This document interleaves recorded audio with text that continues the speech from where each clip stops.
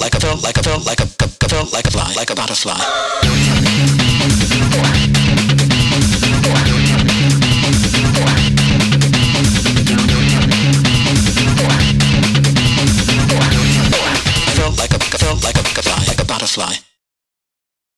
Eh bien bonjour tout le monde, on se retrouve pour une toute nouvelle vidéo à Efteling et nous sommes ici pour une occasion très particulière puisque aujourd'hui nous sommes le 31 octobre 2024.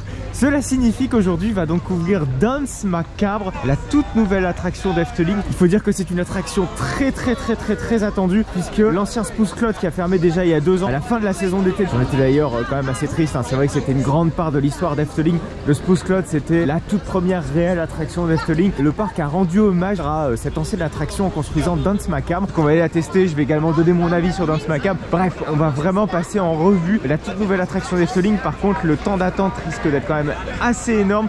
On est quand même sur la journée d'ouverture. Il faut savoir que le parc a ouvert avant, il a ouvert à 9h30 pour l'ensemble du parc, l'ensemble des attractions pour essayer d'absorber un maximum la capa. Il faut dire qu'aujourd'hui va être une journée très chargée, en tout cas dans la zone de Danse Macabre. Vous le voyez, on rentre dans le parc et comme la dernière vidéo, le parc est toujours en grand chantier. On voit juste à gauche le nouvel hôtel Efteling qui prend forme, qui a l'air d'être absolument magnifique. Un gros chantier d'ailleurs qui empiète un petit peu sur le parking principal du parc. Des accès souterrains ont été créés justement pour avoir accès à cet hôtel, que ce soit logistique ou visiteurs. Il y a énormément de changements dans cette zone d'entrée au-delà de Danse Macabre pour pouvoir accueillir de plus en plus de visiteurs ici à Efteling. D'ailleurs pas qu'au niveau offre hôtelière, parce que quand on regarde juste en face de nous, il y a Aquanura qui est en rénovation également. Il y a de nouveaux effets qui vont être ajoutés, il y a plein de petites choses qui vont être modifiées justement dans Aquanura. Vous voyez 4 énormes lanternes du part et d'autre du lac. Juste à notre droite, on a également le théâtre Efteling là qui est en cours de rénovation. Ouais, cette entrée, c'est un peu le chantier, c'est le bordel, mais c'est tout du moins pour préparer l'avenir radieux du parc Efteling. Alors vous voyez, c'est vraiment une journée très particulière. La file de Danse Macabre commence juste ici. Là, vous voyez un petit panneau avec un opérateur. La file de Danse Macabre commence là. Il affiche 280 minutes. La grille ici qui permet d'aller du côté de Fata Morgana et Max & Moritz est complètement fermée. Donc là, c'est vraiment une journée très particulière. Voilà, ça continue. Là, ici, on a le restaurant de Fabula là qui est toujours en travaux visiblement. Décidément, cette zone d'entrée, elle est en travaux de partout. Finalement c'est bien pire que ce que je ne le pensais. La file continue, va faire le tour de Symbolica. On va carrément sur l'allée de Baron. Là on a la Symbolica et la file se poursuit là encore. On est parti pour faire donc Piranha. Piranha a reçu une grosse réhabilitation justement pendant une bonne grosse saison, on va pas se le cacher. Il a fermé très longtemps, notamment pour pouvoir détruire ses rochers et reconstruire des rochers beaucoup plus qualitatifs. Bon, c'est vrai qu'on le fait au mois d'octobre, donc forcément on va pas faire super chaud. Regardez, l'affluence n'est pas non plus des plus abusives. Donc on va relativement arriver sur le quai d'embarquement et aller faire donc le merveilleux Piranha. C'est donc le Raft Ride Intamin à Efteling. La musique est emblématique, hein. Piranha.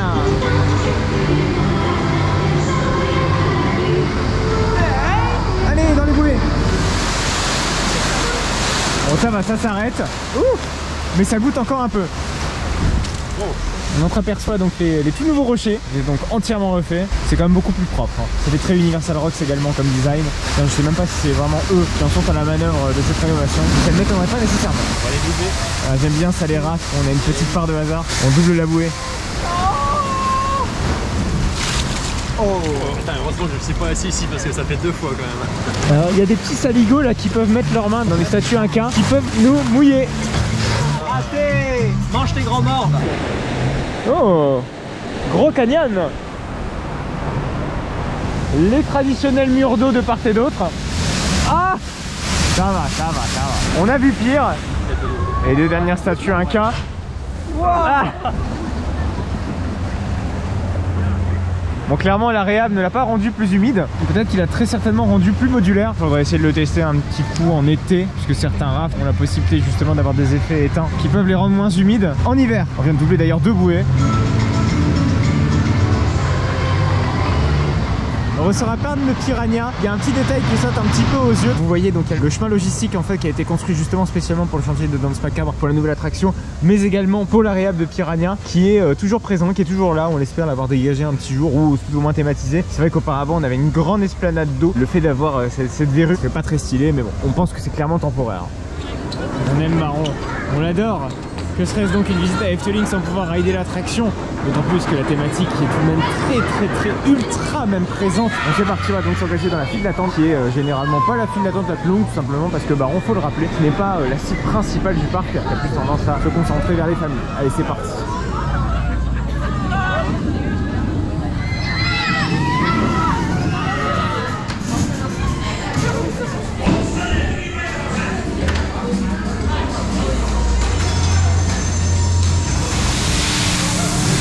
Allez, c'est parti, le petit tour de Baron, bien sûr.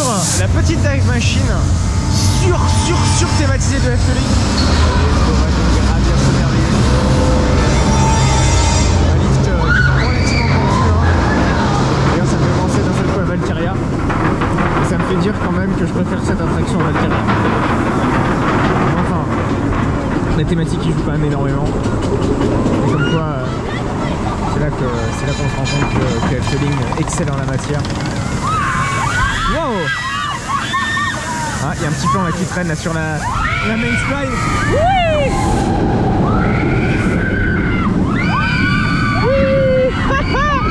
Bon, il y a beaucoup de brume sur l'objectif, vous m'en excuserez.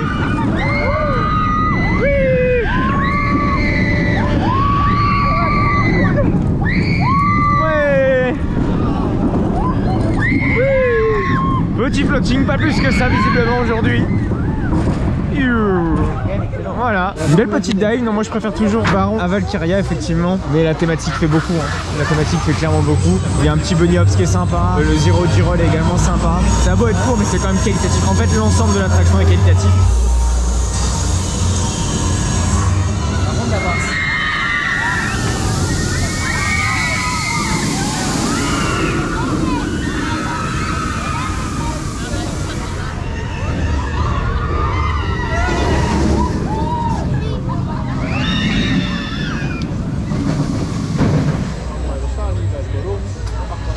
Mesdames, messieurs, en temps normal, lorsqu'on fait une attraction, on se dirige vraiment pile en face pour pouvoir s'engager derrière dans la file d'attente. Mais là, c'est un petit peu particulier forcément avec cette ouverture qui attire les foules. Vous le voyez, non mais regardez-moi cette file d'attente. Là, la file d'attente va quasiment vers Fabula, donc à l'entrée de Fabula, donc elle est un petit peu réduite par rapport à ce matin. On peut pas donc faire une intro, j'ai envie de dire, en bonne due forme devant Danse Macabre. Donc je vous propose donc qu'on s'engage dans la file d'attente de Danse Macabre, qu'on prenne notre mal en patience. L'attraction affiche 140 minutes, soit à peu près 2h20. Donc on va s'engager dans la file d'attente, prendre notre mal en patience et aller essayer de découvrir donc Danse Macabre. Vous pouvez le voir, j'essaie quand même d'occuper des visiteurs dans la file d'attente. C'est appréciable quand même.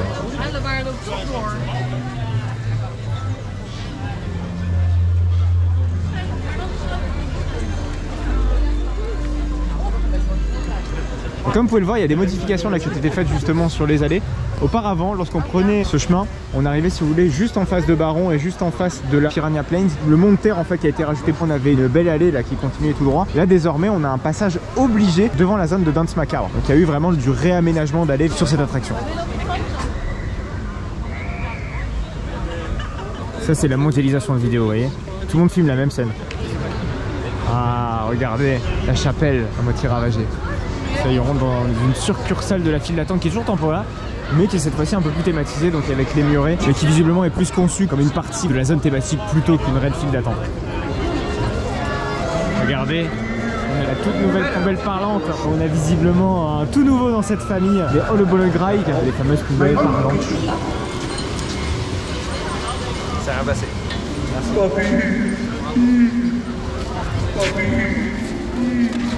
Ça y est, on arrive quasiment à la fin de la file temporaire. On va enfin entrer visiblement dans la file permanente de Danse Macabre. Donc on aperçoit cette entrée là. Les opérateurs ont l'air d'être un peu plus exigeants avec les visiteurs visiblement. Leur caractère est quand même beaucoup plus marqué. Ça y est, on y entre. La file de Danse Macabre. On a entendu le petit ronron du chat. C'est trop mignon. Regardez, on a les premières références au Fosclotte, parce qu'on avait effectivement ces lampes, un design assez semblable dans le petit château hanté. Il connaît tout celui-là, c'est une vraie encyclopédie. Enfin, je connais tout, en tout cas je me souviens de beaucoup de choses. J'avais pas celle-ci, tu vois. Et je pense que c'est pas fini, très clairement. Mais regardez-moi cette cour, on a l'impression qu'elle a toujours été là. Regardez-moi le travail de ces murs, des couleurs. Regardez les lampes que je vous évoquais tout à l'heure là-bas. Vous avez l'impression que le mur a été brûlé par cette lampe. C'est splendide. Regardez-moi ces jardins, cette végétation qui a été travaillée.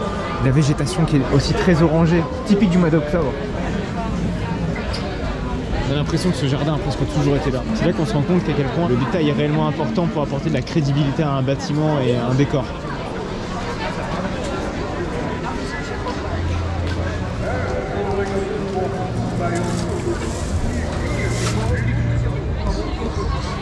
Cimetière.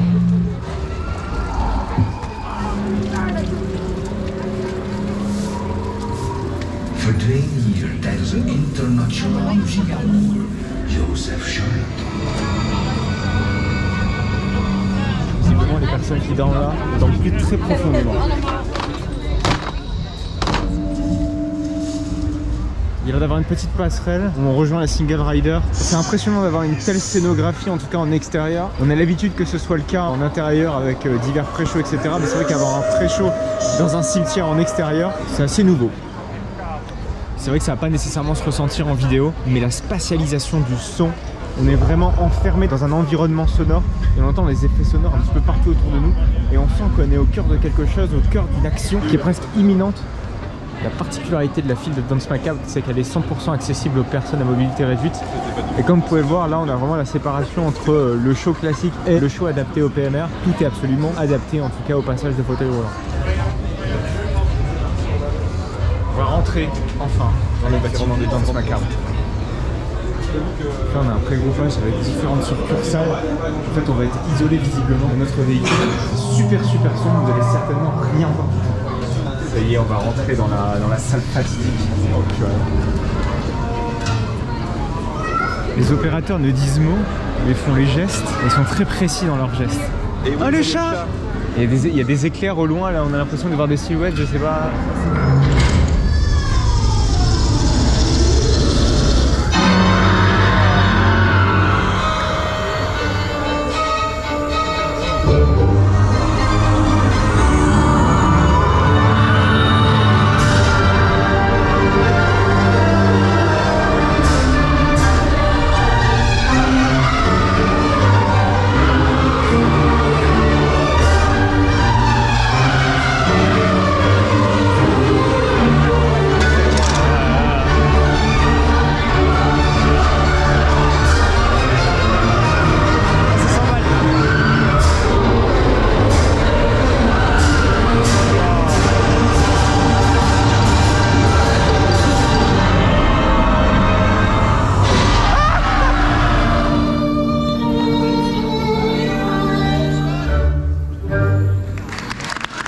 Fantastique, c'est fantastique. Oh là là. C'est pas sensationnel, enfin si, en fait ça vous prend au trip, c'est clairement du grand feeling de vous prendre au trip comme ça dans une attraction qui va sortir de là.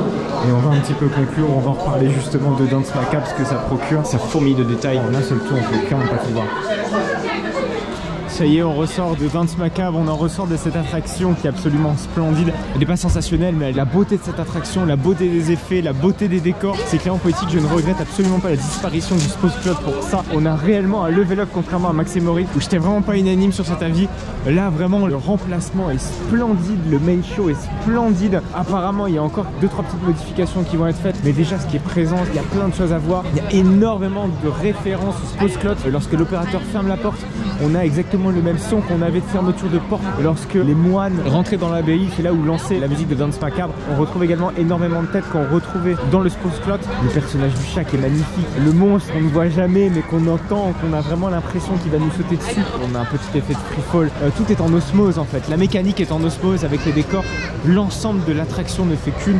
C'est extrêmement crédible, ça rend l'attraction crédible. Tout ce travail, c'est splendide. Alors vous voyez là, on a une file d'attente qui est expressément dédiée à la boutique. Donc malheureusement quand vous sortez de l'attraction aujourd'hui, en tout cas vous ne rentrez pas par la boutique, mais à terme bien sûr que vous sortez de l'attraction, vous sortirez par la boutique. On va le refaire de toute façon, je vous donnerai un avis donc en fin de journée. Ça aura bien permis de maturer mon avis et de bien prendre connaissance du spectacle et de correctement vous en donner un avis bien détaillé. Mais en tout cas là pour l'instant Danse Macabre, c'est splendide. Mais regardez-moi le détail dans ce panneau. Donc la traverse qui est horizontale par rapport au sol. Vous voyez tout au bout là, à la forme d'une main de squelette. C'est vraiment les détails que j'adore chez FTLing. Regardez-moi d'ailleurs les tenues des opérateurs. Regardez-moi également leurs accessoires. Et visiblement un caractère très sinistre et qui dénote complètement, tout du moins, du caractère global du parc de loisirs, qui a plutôt tendance à être agréable. Là on voit que les opérateurs tirent la tronche et on sent que c'est dans le thème quoi. Bah écoutez, il y a eu un petit peu de changement sur Yoris and the Drac. Au-delà du premier virage qui a été retraqué lors de la dernière vidéo, là cette fois-ci on a d'autres portions qui ont été retraquées. Bon, allez, je vous propose donc d'aller faire Yoris and the Drac, de leur donner un avis et de voir si ce retrac a été encore une fois efficace ou non. Allez, on va aller tester donc le Titan Track sur Yoris and the Drac. Donc, sur la partie feu, donc on va voir ce que donne la partie drop. Il faut savoir qu'on l'avait testé la dernière fois, mais uniquement sur la partie premier virage. On va croiser les doigts, on va croiser les fesses. Bon, le constat la dernière fois était clair, hein. Ça permettait d'avoir une meilleure vitesse en tout cas sur le coaster. En tout cas d'avoir moins de perte de vitesse. On va voir ça dans quelques instants. J'ai confiance. Allez.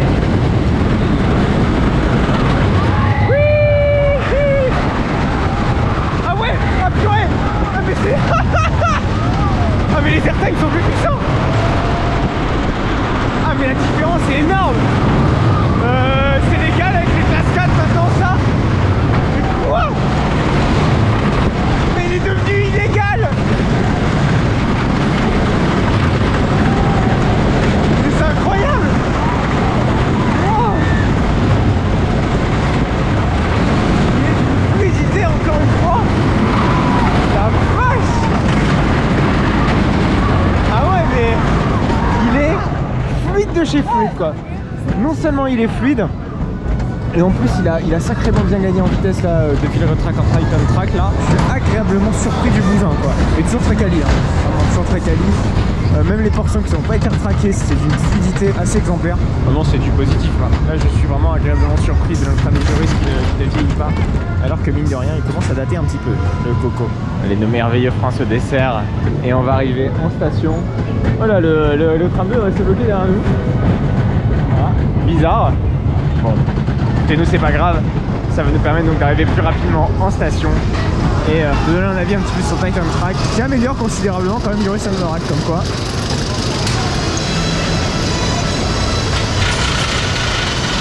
Mais ça se ressent très clairement, ce gain de vitesse c'est vraiment énorme. Alors vous allez me dire c'est normal pour un retract, hein. L'objectif de la manœuvre c'est tout de même améliorer le confort du ride, mais à la base on ne parle pas du tout de confort là ici dans le cas d'Efteling, on parle réellement d'un renforcement structurel parce qu'une usure prématurée a été détectée justement sur Joris Rack, réduire également les coûts de maintenance, également l'objectif de la manœuvre pour ce qui est du Titan Track. Très clairement ça se ressent d'un point de vue sensation, vraiment la vitesse que vous gagnez comme ça sur les deux bunny hops, et ça se ressent même dès le début du parcours où direct on vous envoie un bel airtime qui est beaucoup plus puissant en tout cas que ce qu'on avait auparavant sur le Titan Track. Donc le Titan Track, vu les bénéfices en tout cas, peut-être qu'on va avoir également d'autres portions retraquées en Titan Track, on va voir, mais en tout cas là clairement je dis pas non, surtout quand on voit la qualité qu'a Joris Rack comme ça grâce à cette technologie.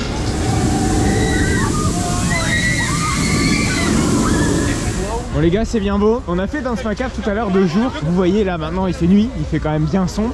Je pense qu'il serait quand même temps un petit peu de découvrir la zone, ce qu'elle donne de nuit.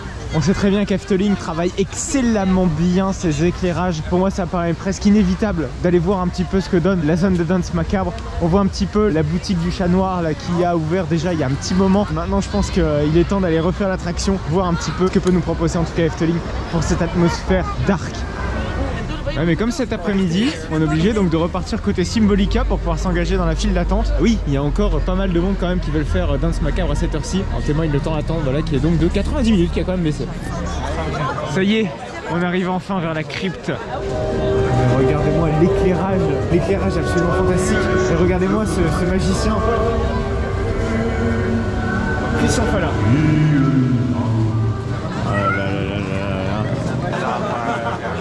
Le jardin est très sombre.